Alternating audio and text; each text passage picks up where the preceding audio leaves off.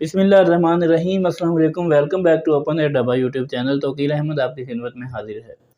आज की वीडियो में बड़े सिंपल अंदाज में आसान सी बिल्कुल बाज़ार जैसा पिज़्ज़ा बनाने की रेसिपी बताएंगे। आज पिज़्ज़ा बनाएंगे बिल्कुल प्रोफेशनल तरीके से, बिल्कुल उसी शक्ल सूरत और उसी जायके का पिज़्ज़ा बनेगा जो बाज़ार में आपको नज़र आता है, बल्कि उससे भी बेहतर बनाने की कोशिश करेंगे महदूद चीज़ों के साथ, बगैर किसी ओवन के हम आज पिज़्ज़ा तैयार करेंगे। तो चलिए शुरू करते हैं अपनी आज की ये वीडियो। उसके लिए सबसे पहले ये मैंने एक कप में मैदा लिया है, तकरीबन ये 3 हिस्से कप के मैदा है।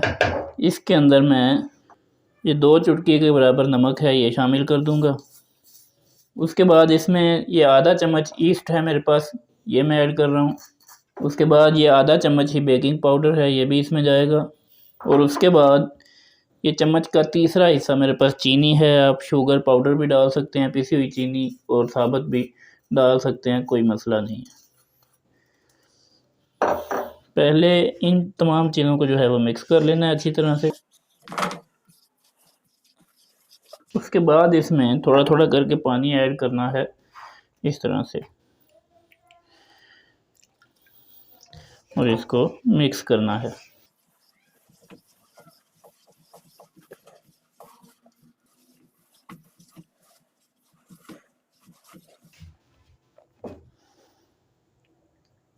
थोड़ा थोड़ा पानी आपने ऐड करते जाना है ज़रूरत के मुताबिक। पहले अच्छी तरह से तमाम ड्राई इंग्रेडिएंट्स को मिक्स कर लेना है पानी के साथ अच्छी तरह से। बहुत ज़्यादा नरम नहीं रखना इसकी डो को, और बहुत ज़्यादा सख्त भी नहीं रखना। फ्लफ़ी सी इसकी जो डो है वो होनी चाहिए।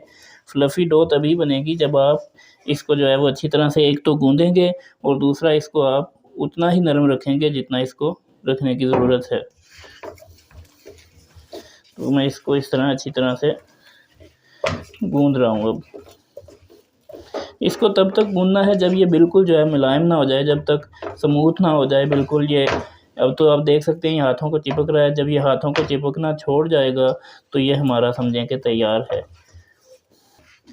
इस मुकाम पे मैं इसके अंदर तकरीबन खाने का जो चम्मच है वो आधे से थोड़ा सा ज़्यादा ऑयल या घी कुछ भी ले सकते हैं, वो शामिल कर रहा हूँ। उसको इसके अंदर डाल के उसको भी यूँ आपने मिक्स करना है इसके अंदर।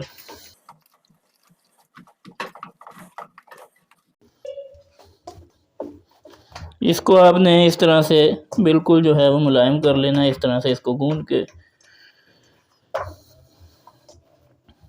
लेने के बाद अच्छी तरह से इसका हमने पेड़ा बनाना है, और इसको रख देना है यूँ। और इसको तकरीबन हमने 10 से 15 मिनट का रेस्ट देना है, और इसको मैं रख के ऊपर से ढाँप देता हूँ 10 मिनट के लिए। तब तक मैं अपना जो चिकन है वो तैयार कर लेता हूँ। उसके लिए ये फ्राइंग पैन रख दिया है चूल्हे पर, फ्लेम ऑन कर दिया है, और इसके अंदर इतना सा घी या ऑयल कुछ भी आप डाल सकते हैं, इतना सा इसके अंदर घी डालूँगा। और इस घी के अंदर ये आधा पाव तकरीबन मेरे पास चिकन है, इसको इस तरह से छोटा छोटा करवा लिया है। इसको इसके अंदर डाल देना है। ये इसके अंदर 2 ये हड्डियां हैं, इनको मैं इसको फ्राई करने के बाद निकाल लूँगा अंदर से। यहाँ पर आपने चिकन को तब तक भूनना है जब तक ये गल ना जाए, और बिल्कुल इसकी रंगत जो है वो चेंज हो जाए और वो सफ़ेद हो जाए।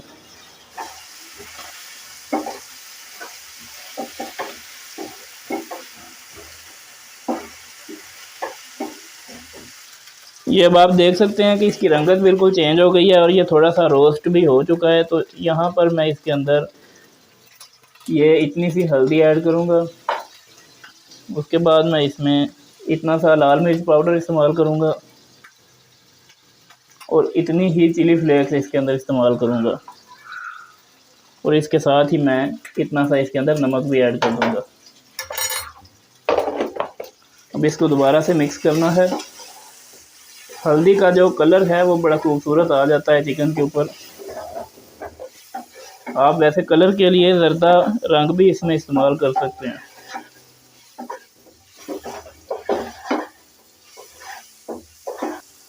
इसको हमने ये जो स्पाइसेस डाले हैं उसके बाद इसको रोस्ट करना है हमने, अच्छी तरह से इसको भूनना है मुर्गी को, जब तक कि इसका ये जो अपना ही पानी है ये खुश्क ना हो जाए। अब मैं इसके अंदर तमाम जो सॉसेज हैं वो ऐड करने लगा हूँ। ये सिरका है मेरे पास तकरीबन ये 1 चम्मच है, ये ऐड कर दूँगा। उसके बाद ये चिली सॉस है तकरीबन 1 चम्मच, ये भी इसके अंदर ऐड होगा। फिर उसके बाद ये सोया सॉस है मेरे पास, ये भी 1 चम्मच है, वो भी इसके अंदर ऐड कर देंगे। तो इसको दोबारा से अच्छी तरह से भून लेंगे। ये ऑप्शनल है, आप इसके अंदर डालें या ना डालें, मैं डालने लगा हूँ फ्लेवर के लिए। ये ज़ीरा है इतना सा, इसको मैं इस तरह हाथ की मदद से रगड़ के थोड़ा ये कुटे हुए ज़ीरे की तरह हो जाएगा रगड़ने से। ये सिर्फ मैं फ्लेवर के लिए इसमें शामिल कर रहा हूँ, ये भी मैं इसके अंदर डाल देता हूँ। अब आप देख सकते हैं कि ये अच्छे से जो मसाला है वो चिकन के ऊपर सारा लग गया है। ये अच्छी तरह से रोस्ट हो चुका है और चिकन ये आप देख सकते हैं कि अच्छी तरह से गल भी हमारा चुका है, ये देखिए। तो इस मुकाम पर मैं फ्लेम को बंद करके इसको एक तरफ रख लेता हूँ। अब मैं अपने जो ये कढ़ाई है, ये हमारा जो ओवन है, इसको प्री हीट होने के लिए मैंने रख दिया है। ये इसके अंदर नमक है, इसको तकरीबन 10 से 15 मिनट पहले आपने पिज़्ज़ा तैयार करने से इसको हाई फ्लेम के ऊपर आपने छोड़ देना है और ऊपर से ढाँप देना है। अब हम अपना पिज़्ज़ा तैयार कर लेते हैं। जो हमने डो तैयार की थी वो ये आप देख सकते हैं कि तकरीबन 15 मिनट ये इसको मैंने ढाँप कर रखा है, रेस्ट दिया है। उसके बाद ये आप देख सकते हैं कि अच्छी तरह से राइज़ हो चुकी है। इसको अब हमने इसके अंदर से निकाल लेना है। इसको निकाल लेने के बाद पहले तो यूँ इसकी हवा जो है इसके अंदर वो मैं निकाल दूँगा। उसके बाद आपने ये मैं नॉर्मल घर में अगर किसी के पास इसका पैन नहीं है, वो जो इसका सांचा होता है पिज़्ज़े का, तो उनके लिए बता रहा हूँ कि इसको मैं थोड़ा सा यूँ घी लगा रहा हूँ। ये मैं घर में आम जो पतीलियाँ होती हैं उनका एक ढक्कन है इतना सा, उसके ऊपर ये पिज़्ज़ा तैयार करने लगा हूँ। इसको यूँ थोड़ा सा घी लगा कर इसको इस तरह से रख देना है और हाथों की मदद से इसको फैला लेना है। बिल्कुल गोल सा अच्छा सा इसको हमने फैलाना है। ये इस तरह से इसको मैंने फैला लिया है पूरे ढक्कन पर। अब आपने एक कांटे की मदद से इस तरह से इसके अंदर सुराख कर देने हैं ताकि ये एक तो बेक अच्छे से हो जाए और दूसरा ये ज़रूरत से ज़्यादा जो है ये फूले ना। साइडों से तो इसको आप रहने दें, साइडों से इसको फूलना चाहिए, लेकिन सेंटर में से ये बहुत ज़्यादा फूलना नहीं चाहिए। इसको इस तरह से आपने अच्छी तरह से इसमें सुराख कर देने हैं तमाम के अंदर कांटे की मदद से।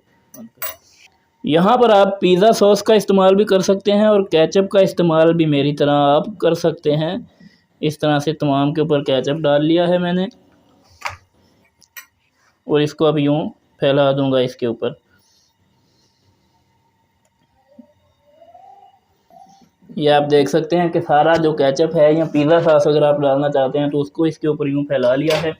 अब मैंने ये शिमला मिर्च, टमाटर और प्याज को इस तरह से लंबा लंबा काट लिया है।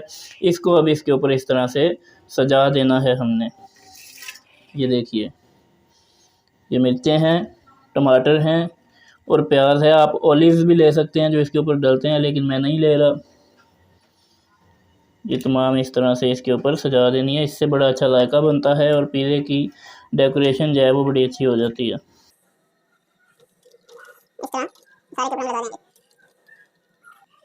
ये मैंने तमाम इसके ऊपर इस तरह से डाल लिया है। इसके बाद जो हमारा चिकन था वो मैं इसके ऊपर डालूँगा।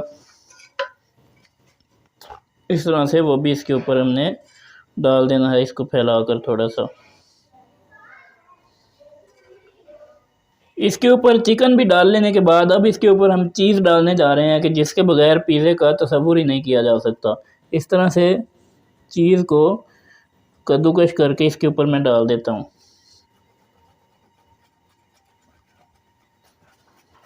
इस तरह से ये चीज़ इसके ऊपर डाल ली है। आप अपनी पसंद के हिसाब से चीज़ कम या ज़्यादा कर सकते हैं। मैंने इस तरह से इसके ऊपर जो है वो तमाम चीज़ डाल ली है। ये अब हमारा जो पिज़्ज़ा है वो बेक होने के लिए तैयार है। दूसरी तरफ हमारा ओवन भी जो है वो प्री हीट हो चुका है। 10 से 15 मिनट हो गए हैं इसको रखे हुए। तो यूँ इसके अंदर मैं ये कड़ा रखूँगा। ये कड़ा आपने लाजमी रखना है। उसके ऊपर अपना ये पिज़्ज़ा हम रख देंगे।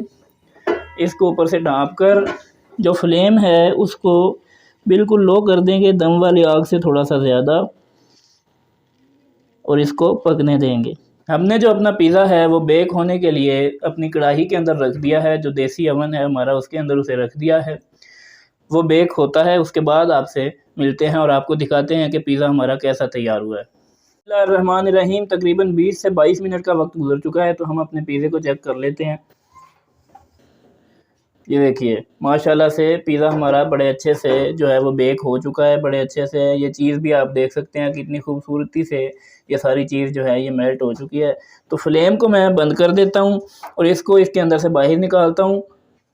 ये पिज़्ज़े को ओवन के अंदर से बाहर निकाल लिया है। इसके थोड़ा ठंडा होने का इंतज़ार करते हैं और फिर इसको हम कटिंग करके देखते हैं कि हमारा पिज़्ज़ा कैसा तैयार हुआ है। ये थोड़ा जो है वो ठंडा हो चुका है, जो बिल्कुल ओवर हीट था वो इसकी ख़त्म हो गई है। ये आप देख सकते हैं कितना ये सॉफ्ट तैयार हुआ है इसका डो, और ये नीचे से भी आप इसको देख सकते हैं कि बिल्कुल जो बाज़ारी पिज़्ज़ा आपको नज़र आता है ये उसी तरह का पिज़्ज़ा हमारा तैयार हो चुका है। इसको इस तरह से उठाकर मैं ट्रे के अंदर शिफ्ट करूँगा और आप ये भी देख सकते हैं कि ये बिल्कुल चिपका नहीं है इसके साथ। ये जो हमने घी से इसकी ग्रीसिंग की थी ये उसकी वजह से साथ नहीं चिपका। ये आपने ज़रूर सारे जो छोटे-छोटे ये टिप्स हैं इनको आपने फॉलो करके उसी मदद से पिज़्ज़ा तैयार करना है। इसको अब कट करके देखते हैं कि हमारा पिज़्ज़ा जो है वो कैसा तैयार हुआ है। पिज़्ज़े को मैं कट कर लेता हूँ।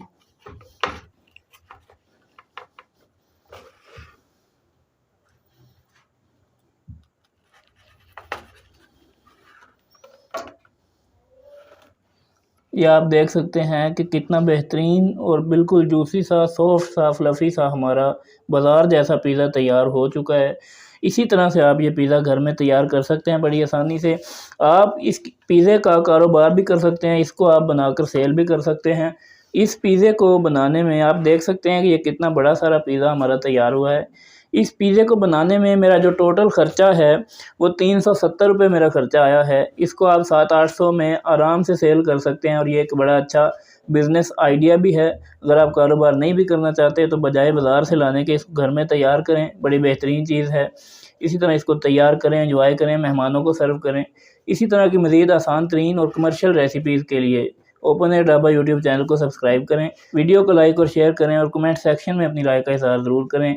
आज के लिए इतना ही, फिर मुलाकात होगी अगली वीडियो में। अल्लाह हाफ़िज़।